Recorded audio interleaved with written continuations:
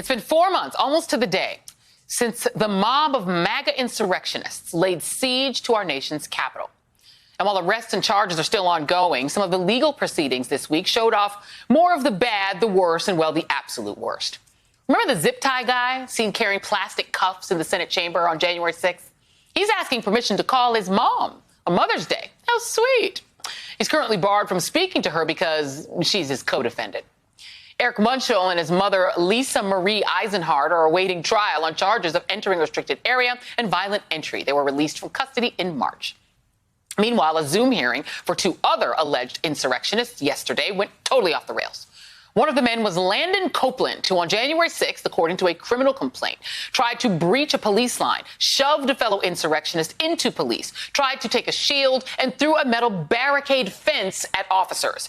At a Zoom hearing this week, he screamed, "F all of you," and asked, "Is any of this negotiable? I used to be a free man until you locked me up." Yeah, that's kind of how it works, Landon. Copeland interrupted another hearing with his outburst, and the judge ordered him to be evaluated for mental competency. And that brings us to tonight's absolute worst. Another alleged seditionist at that hearing. Prosecutors allege Anthony Antonio was seen on the West Terrace of the Capitol dressed in tactical gear, using a bullhorn to tell the crowd that they were not leaving until we get our way, and pushing against officers protecting a tunnel, and also squirting water and throwing a water bottle in the direction of Metropolitan Police Officer Michael Fanone as he was dragged down a set of stairs.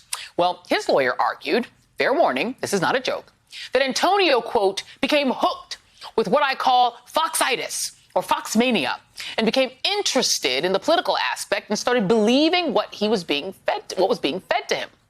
His attorney claimed that after losing his job at the start of the pandemic, Antonio spent hours watching Fox. Now, to be sure, the content churning out of the House of Murdoch, from anti-vax nuttery to racial scapegoating, is about as toxic as it gets, maybe even dangerously toxic. But claiming Fox made me do it is a pretty, well, it's a novel defense. But here is some of what Antonio might have seen if he tuned into the channel in the nights leading up to the siege.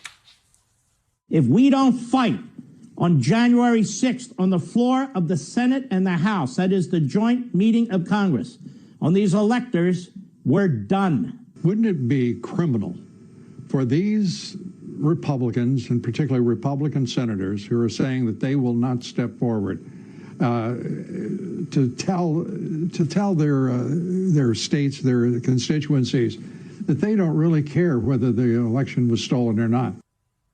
Well, we'll see how foxitis or foxmania works as the legal defense, and if anyone at the network responds, perhaps with another reminder from their lawyers that one mustn't take what they do over at Fox to be news. Right, Tuckums?